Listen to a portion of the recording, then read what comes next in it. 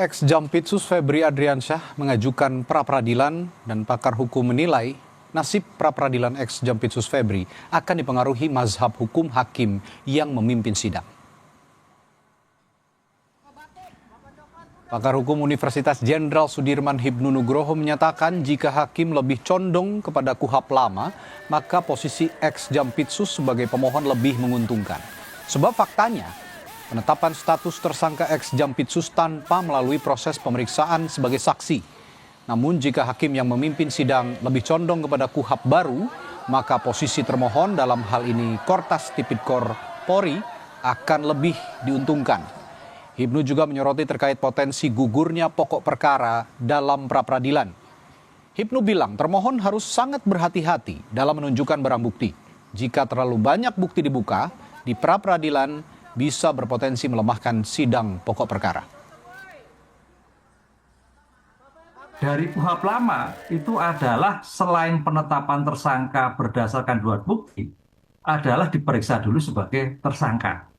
Sebagai saksi, kami sebagai kontrol terhadap putusan MK yang kemudian dikabulkan bahwa setiap pemeriksaan penetapan tersangka harus didahului sebagai saksi, sebagai bentuk akuntabilitas baru tersangka.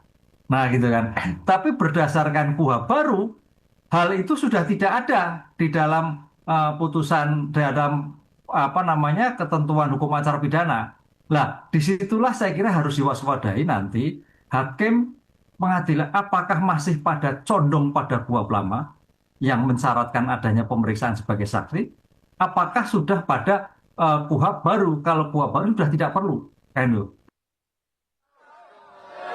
Kuasa hukum ex-Jampitsus Febri Adriansyah menegaskan bahwa pihaknya mengajukan pra-peradilan dalam kasus TPPU ini.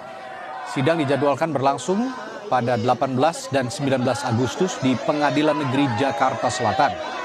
Febri Diansyah, kuasa hukum ex-Jampitsus, menjelaskan langkah pra-peradilan ditempuh karena mereka melihat adanya kejanggalan prosedural.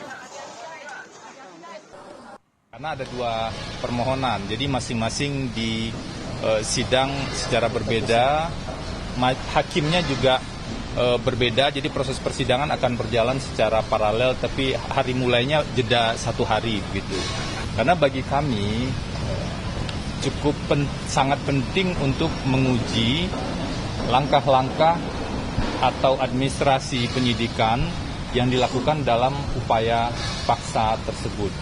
Karena kami secara hukum meyakini betul ada sejumlah pelanggaran hukum acara yang terjadi selama proses penanganan perkara ini.